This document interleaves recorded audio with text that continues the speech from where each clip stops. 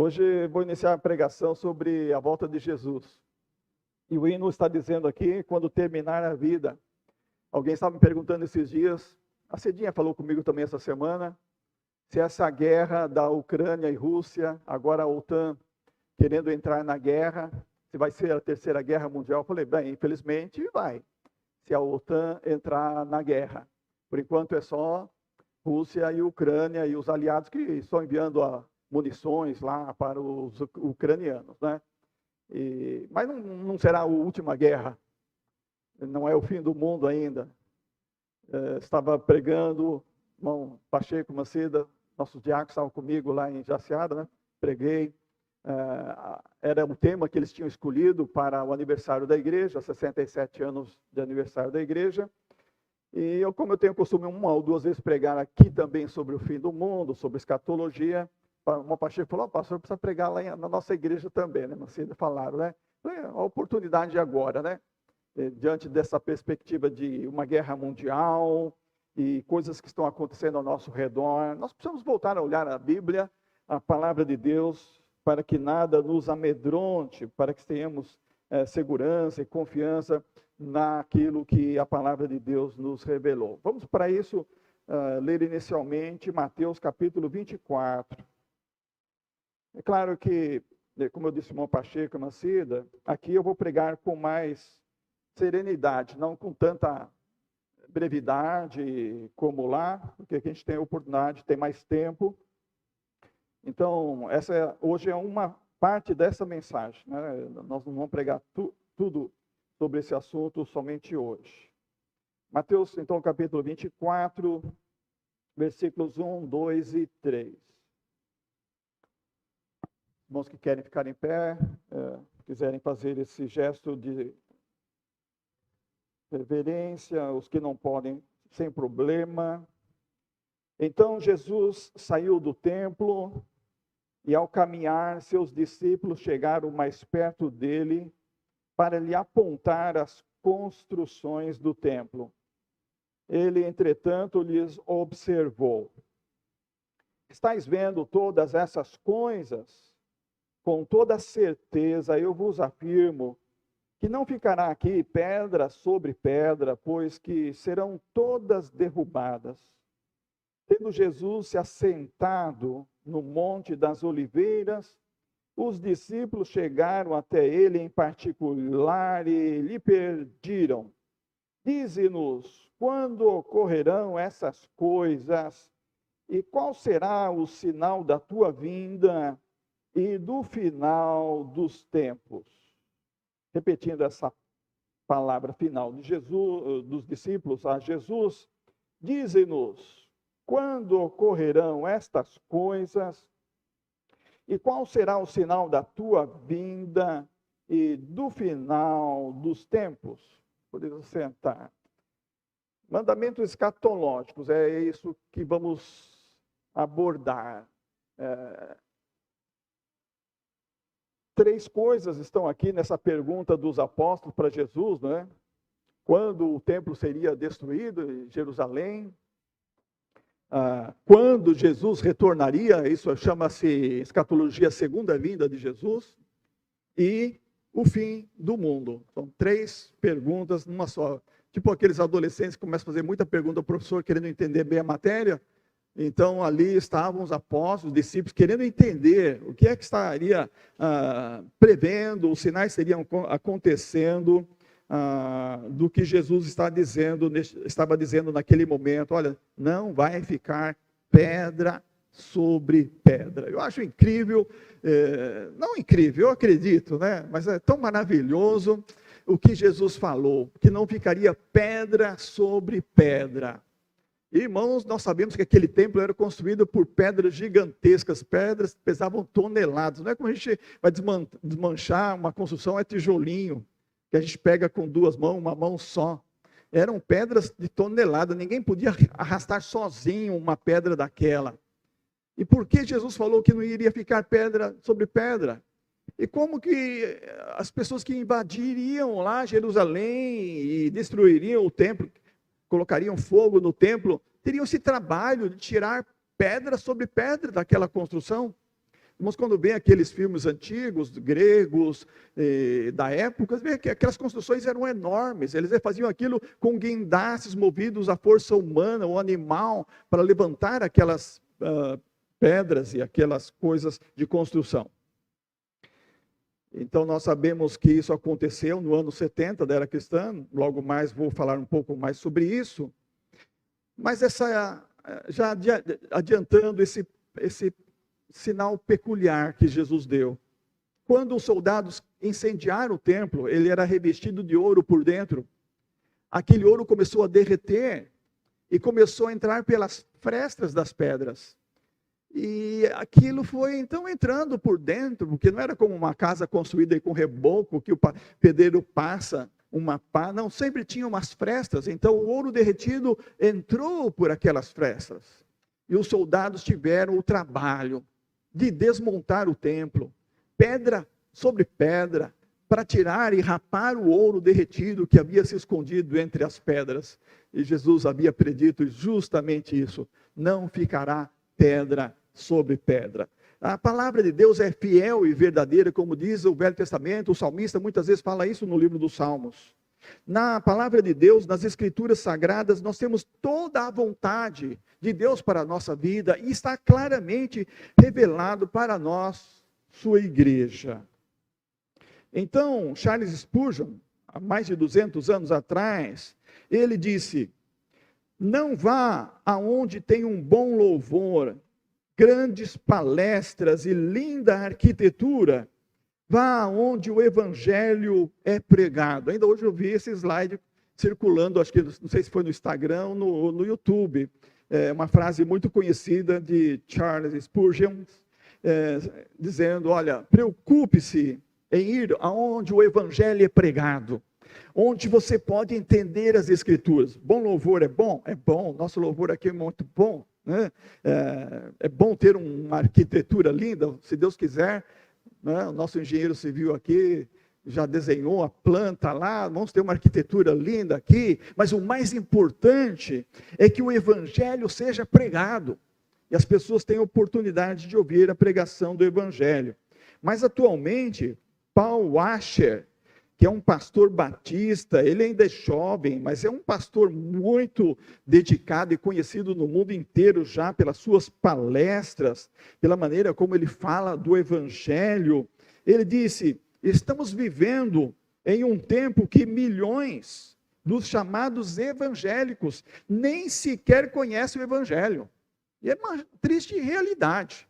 Muitos dizem ser crentes, mas não conhecem o evangelho. Se a gente perguntar sobre esse capítulo 24 de Mateus, não conhecem a verdade sobre este evangelho, não conhecem a palavra de Deus. É bem verdade que eu tinha essa dificuldade com os alunos no seminário, nas aulas de teologia bíblica ou de teologia sistemática, ultimamente em teologia contemporânea, e eu falava para eles: olha, vocês têm que estudar escatologia, vocês têm que estudar toda a palavra, né? Isso é uma parte importante do evangelho. E quando a gente ia fazer um concílio, geralmente chegava nessas perguntas sobre escatologia, eles falavam: o professor não deu tempo de ensinar sobre escatologia, né? Usou o tempo do semestre para ensinar outras coisas, chegou lá no final, não deu tempo de entrar em escatologia. E eu fazia questão de dividir bem o semestre para os alunos terem uma boa porção do ensino de escatologia. E eu falo com jovens pastores: olha, isso é muito importante. As pessoas lá fora fazem perguntas, eles querem saber o que vai acontecer, o que está acontecendo no mundo. Nós temos que ter as respostas. Então o evangelho tem as respostas. Nós precisamos conhecer o evangelho.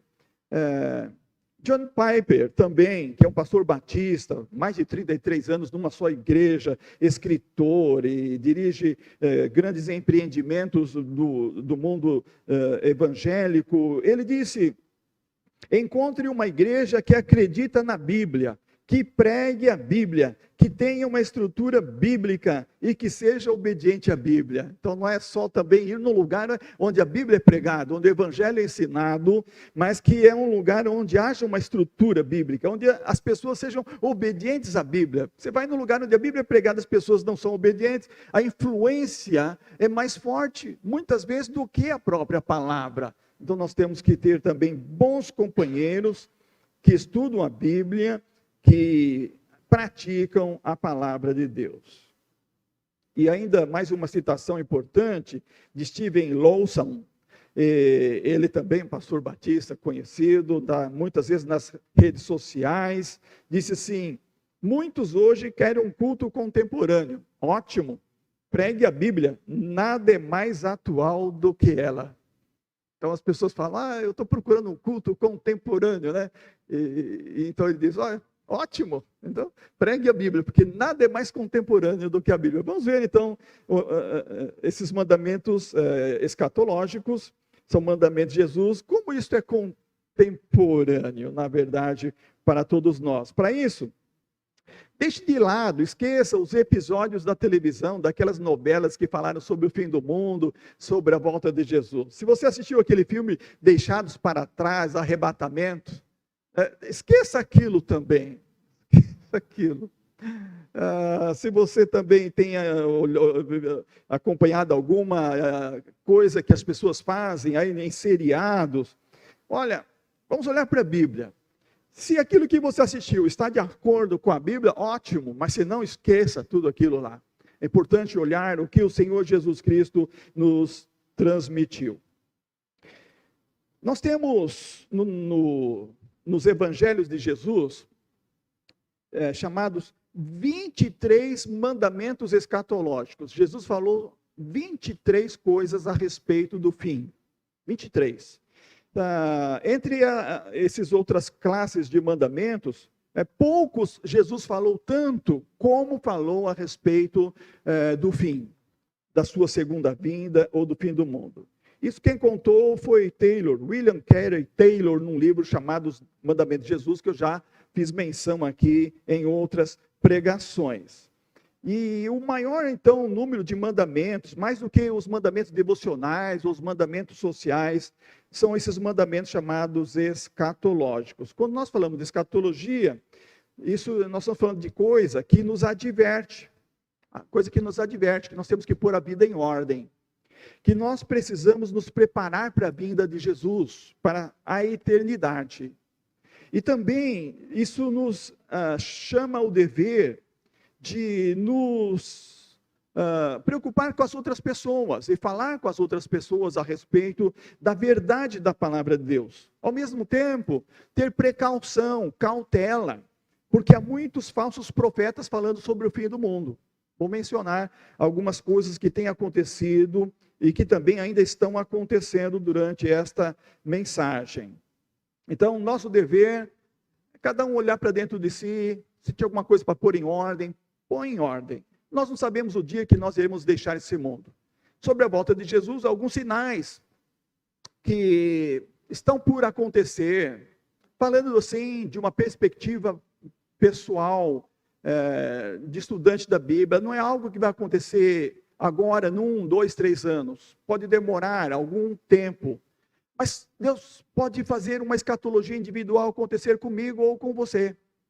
Hoje morreu o filho do governador, né, de Goiás, o Ronaldo Caiado, teve um infarto na fazenda. Ele estava numa procissão com a esposa, numa cerimônia religiosa, e aí de repente teve que sair às pressas porque o filho teve um infarto, morreu. 45 anos mais ou menos. Hoje também aqui chegando em Rondonópolis, na estrada de Guiratinga, se não me engano foi Guiratinga, né? O Pochorel foi Guiratinga, né? Alguém numa caminhoneta bateu de frente com o caminhão, morreram 2 pessoas no acidente. Então a gente não sabe a hora que será o dia da nossa escatologia individual, ou seja, Jesus vem nos buscar. Então nós temos que ter a nossa vida em ordem e precisamos ter cuidado também com as previsões falsas. O que é escatologia? Escatologia é uma palavra composta do grego, quer dizer estudo das últimas coisas. Escatós, coisas do fim, últimas coisas. Logia, estudo, né? Então, isso é estudo do fim, de tudo que fala sobre o fim do mundo. A escatologia individual, que mencionei, a gente contempla ela em João capítulo 14, quando Jesus diz: não se turbe o vosso coração, crede em Deus, crede também em mim. Na casa de meu pai há muitas moradas, Se não fosse assim, eu vos teria dito. Pois vou preparar-vos lugar. E se eu for e vos preparar lugar, virei outra vez e vos levarei para mim, para que onde eu estiver estejais vós também. E vós conheceis o caminho para onde vou. Disse-lhe Tomé: Senhor, não sabemos para onde vais. Como podemos saber o caminho? Jesus lhe respondeu. Vamos dizer juntos, a gente sabe de cor isso, né? Eu sou o caminho e a verdade e a vida. Ninguém vem ao Pai senão por mim. Aqui nós temos escatologia individual. Jesus falou: eu virei outra vez e vos levarei para mim. Ele já levou Tomé, ele já levou Pedro, já levou Paulo. Ao longo desses 2000 anos, Jesus tem levado muitos dos seus discípulos para essa morada eterna. Então isso é o que nós chamamos de escatologia individual, quando a morte acontece para uma pessoa. E a escatologia cósmica, ou a escatologia universal? Bom, esse é o outro assunto que a gente está pensando aqui. É o futuro da nossa raça humana aqui na Terra. E pelas Escrituras nós sabemos que tem um fim. Pedro, por exemplo, na sua segunda carta, ele fala que essa terra, os elementos ardendo pelo fogo se consumirão e tudo será derretido, vai virar uma bola de fogo. Eu já vi simulação que os astronautas da NASA, lá, os cientistas da NASA já fizeram, que é totalmente possível isso acontecer. Bastando simplesmente um grande meteoro cair com poder suficiente para quebrar a crosta terrestre e o limo, né, o interior da Terra sai para fora e ele começa a envolver o globo da Terra, assim, totalmente. Parece essa visão de Pedro, que todos os elementos ardendo pelo fogo se queimarão, se consumirão. Nós sabemos que a raça humana, uma vez foi destruída pela água do dilúvio. E agora há essa profecia que a segunda vez a destruição da raça humana será pelo fogo. Mas esse fogo só vai acontecer depois que a igreja tiver sido arrebatada. Lá na volta de Jesus. Então isso é um acontecimento por fim. Então nós podemos ver a escatologia cósmica em vários lugares na Bíblia. Mas nós temos aqui em Mateus capítulo 24, Jesus ao responder as perguntas dos seus apóstolos. Nós temos aqui no início das respostas de Jesus, hoje eu vou ficar só no primeiro ponto, que é a destruição do templo e a cidade de Jerusalém.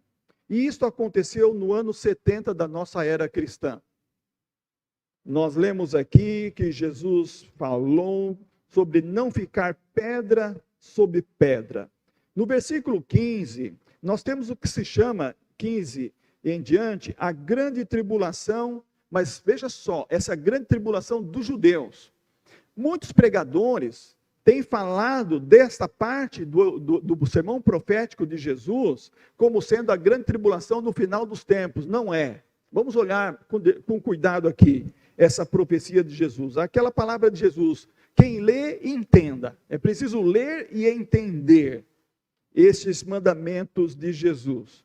Quando Jesus falou em João 14, não se turbe o vosso coração, crede em Deus, crede em mim. Ao mesmo tempo ele falou, olha, vocês têm os meus mandamentos, obedeçam os meus mandamentos. Mas para obedecer os mandamentos nós temos que entender, especialmente esse mandamento escatológico que aqui temos registrado. Então o versículo 15 diz, quando virdes no lugar santo a abominação assoladora da qual falou o profeta Daniel. Então os que estiverem na Judéia, seguindo o verso 16 em diante, os que estiverem na Judéia fujam para os montes, quem estiver no alto da casa não desça para retirar as coisas de sua casa, quem estiver no campo não volte para apanhar suas roupas. E ai das que estiverem grávidas e das que amamentarem naqueles dias. Orai para que a vossa fuga não aconteça no inverno nem no sábado, porque haverá uma tribulação muito grande, como nunca houve desde o princípio do mundo até agora, nem jamais haverá. Essa chamada tribulação dos judeus. Quando os romanos sitiaram Jerusalém, até que não tinha mais comida, e as pessoas começaram a comer as crianças que iam morrendo, os velhos que iam morrendo, foi uma situação lastimável. E eles foram até o ponto em que os romanos seriam salvos. E ela foi, porque ela ainda não era crente, né? Ela foi com algumas pessoas, e dentro estava lotado, não cabia mais ninguém, tinha gente fumando dentro, né? Achando que estando dentro seria salvo. E Jesus não voltou, certamente não voltaria num tempo marcado pelo homem. Então, esse negócio de definir o tempo é o que tem perturbado a nossa civilização. Jesus fala disso também em Mateus, no capítulo 24, do verso 29 a 35. Ele fala, olha, aprendei a parábola da figueira. Quando os ramos se renovam, olha, sabei que o verão está perto. Então, Jesus deu alguns sinais, como aguardar a sua vinda. Os adventistas são os que mais têm publicado para nós, deleite, músicas e sobre a volta de Jesus, né? Há muitos que a gente gosta de cantar e tal, mas infelizmente eles cometeram muitos erros marcando o dia da volta de Jesus, o ano da volta de Jesus. Por exemplo, eles marcaram o fim do mundo para 1843. 1843 passou, nós estamos em ano 2022. Eles marcaram o fim do mundo também para 1844. Eles marcaram para 1845, e assim ao longo da história marcaram muitas vezes o fim do mundo, e não aconteceu. Esses fatos são inegáveis, está registrado. Eu já vi pastor adventista tentando justificar porque eles erraram e tal, essas coisas. Mas isso para nós é uma coisa que deveria ser suficiente para abrir os olhos de todos. Olha, não podemos acreditar em pessoas que fazem essas tentativas, e quantas vezes, não é? Estão falando sobre o fim do mundo, sobre a volta de Jesus. Até Valnice Milhomens, que era uma missionária nossa dos batistas brasileiros lá na África, ela sinalizou a volta de Jesus para 2007. Eu fui rever esses dias o vídeo que está no YouTube, e ela falando quanto dura uma geração. Ela fala 40 anos. E então ela fala quantos anos falta para completar uma geração. Naquele dia do vídeo, daquela pregação gravada, faltavam 17 anos. Então estava calculando que em 2007 seria o fim do mundo. E dizendo, olha, Jesus virá como um ladrão. Eu vi comentários lá de pessoas falando, não, ela não marcou o fim do mundo. Mas quem viu ela falando, sabe que ela fez a conta certinho e apontou para o ano de 2007. Enfim, muitos erros foram cometidos. Muitos erros. Uma coisa nós temos certeza. Toda vez que uma igreja, um pregador, uma profetisa, um profeta, marca o ano que é o fim do mundo, que será o fim do mundo, nós podemos saber que está errado. Não, porque Jesus disse, olha, ninguém sabe, somente o Pai sabe, nem os anjos sabem. Então essa é uma coisa que você não pode esquecer, você tem que guardar isso. Sempre que alguém marcar o fim do mundo, uma data precisa, pode saber, ó, isso vai falhar. Porque Deus, o Pai, não revelou nem para Jesus o Filho quando estava aqui no mundo, e isso é uma coisa que será, como diz Jesus, de surpresa, de surpresa. Estava conversando com o pastor Sebastião Alvarenga, meu amigo, até ele me pediu para avisar.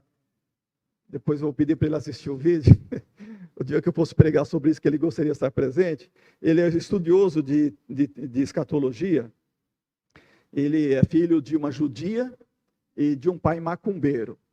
E na casa dele sempre conviveu tanto com rabi, como mestres dessa área da magia. Eles são alguém que cresceu aprendendo a ouvir dois lados e sempre teve interesse em conhecer a verdade. Quando ele se converteu, ele passou a ser um estudioso.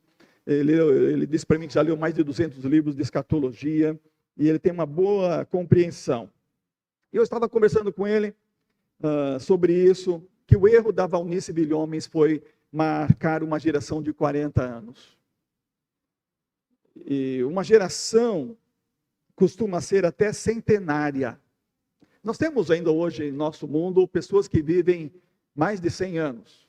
Né? Eu tinha um tio que morreu com mais de 100 anos. Meu primeiro sogro está quase completando 100 anos. Há pessoas que vivem mais do que as outras pessoas. Embora nós lemos na Bíblia, em Gênesis capítulo 6, versículo 3, que Deus determinou que os dias do homem seria de 120 anos.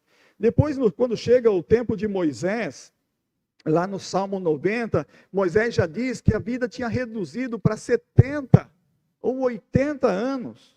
E quem passava de 80 era enfado e canseira.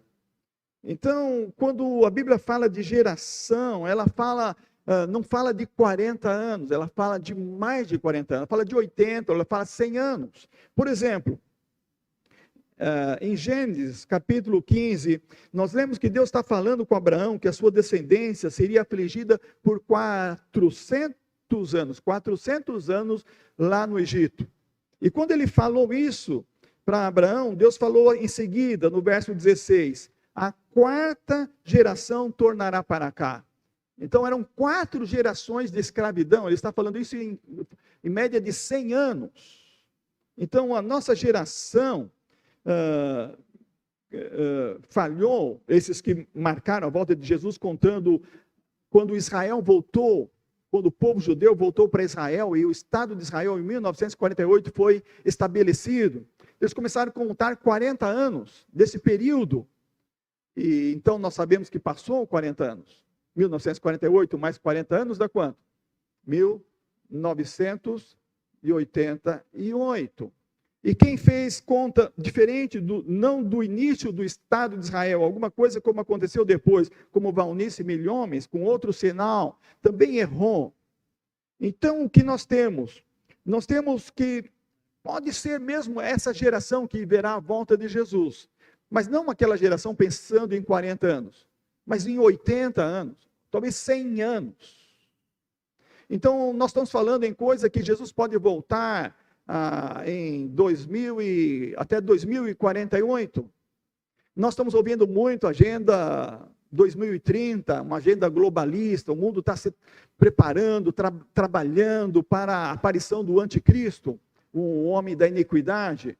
Aí o que eu vi que aconteceu com a guerra da Ucrânia, a Rússia invadindo a Ucrânia, o Vladimir Putin e os russos falando assim, não, nós não queremos esse negócio de globalismo aqui. Então começou a guerra e agora os globalistas estão tendo que rever a agenda. Não dá para reorganizar tudo novamente tão rapidamente. Então eu vejo nisso que Deus está mostrando, olha, não é bem agora, parece que vai demorar um pouco mais. Por que isso? Eu vou falar isso na próxima ocasião.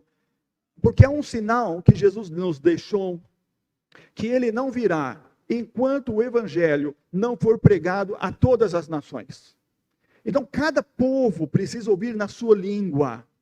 Eu estava lendo agora, essa semana, dados agora, bem recentes, agora de final de junho, de organizações de missões no mundo. E há possibilidade em até 10 anos, se conseguir traduzir a Bíblia, a palavra de Deus, não toda ela, mas em algumas línguas parcialmente. Isso seria um sinal de que a palavra de Deus pode ser anunciada em todas as línguas, talvez entre 10 a 15 anos, por causa da tecnologia, do avanço da tecnologia. Então nós precisamos pensar, esse sinal já se cumpriu? Não, eu vou mostrar para os irmãos na próxima ocasião.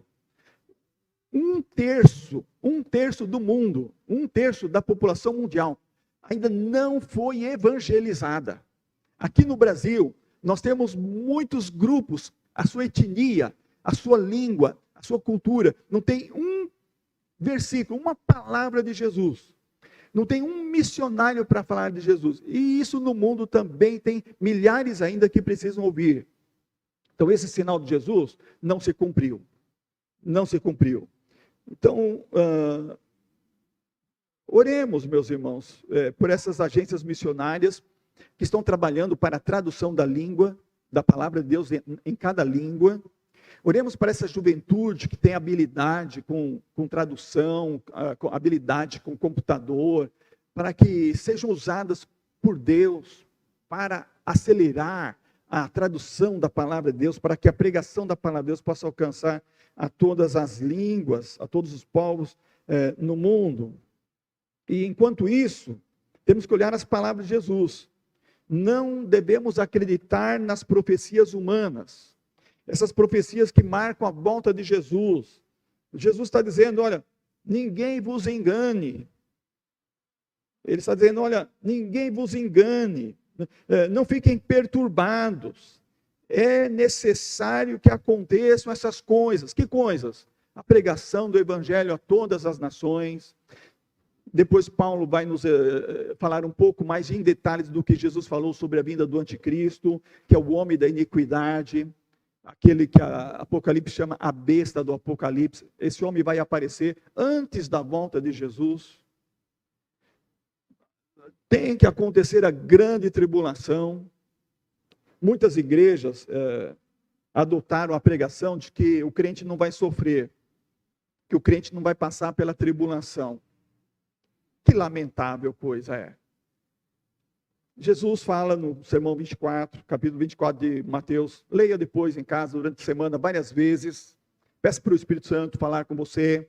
Jesus fala sobre a grande tribulação, ele fala também sobre o sofrimento que acontecerá antes da sua vinda, e a sua igreja precisa estar preparada para isso.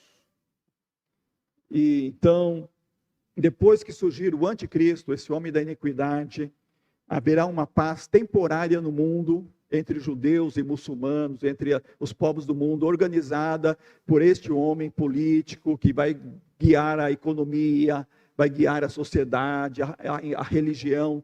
Tudo vai ser unificado, e é quando será proibido invocar o nome de Deus, falar de Deus, adorar a Deus, e os crentes serão perseguidos por um tempo, até o meio da tribulação. No meio da tribulação, Jesus vem ao arrebatamento. Bom, eu estou adiantando, né? Só um pouquinho, mas há muita coisa por acontecer. E nós precisamos estar preparados, especialmente porque a escatologia individual pode acontecer a qualquer momento. A mim ou a qualquer um de nós. E também precisamos estar preparados para alertar as pessoas, para não acreditar nas mentiras, nas falsas profecias, os ensinamentos que iludem. Uma das coisas que o anticristo vai usar para arrebanhar muita gente é a decepção religiosa. Ainda hoje nós andamos por aí evangelizando, a irmã Franciele chamando para fazer a divulgação da IBF de casa em casa. Toda vez que a gente faz isso, a gente encontra alguém e fala assim, eu sou desviado. Quanta gente desviada, decepcionada com a igreja, com o pastor, com a igreja, com a doutrina da igreja, com alguma coisa. Já tem muita gente desviada. Mas naqueles dias da tribulação, a apostasia será mundial. Esse é um sinal, esse é um dos sinais para a gente pensar e perceber quando Jesus está prestes a retornar. Também esse é um sinal. Mas não vamos nos perturbar. Jesus está conosco. E ele diz em João capítulo 14, olha, não fiquem perturbados. Creiam em Deus, creiam em mim. Na casa de meu pai há muitas moradas. Eu vou preparar-vos lugar. No dia que ele vir nos buscar, nós estaremos nesse lugar maravilhoso, preparado por Jesus para todo o sempre. É só o princípio das dores. Tem muitas dores ainda. Não gostaria, mas ainda tem muitas coisas por acontecer, até que Jesus venha nas nuvens ao soar a sétima, a última trombeta, e nós iremos subir com ele. Amém.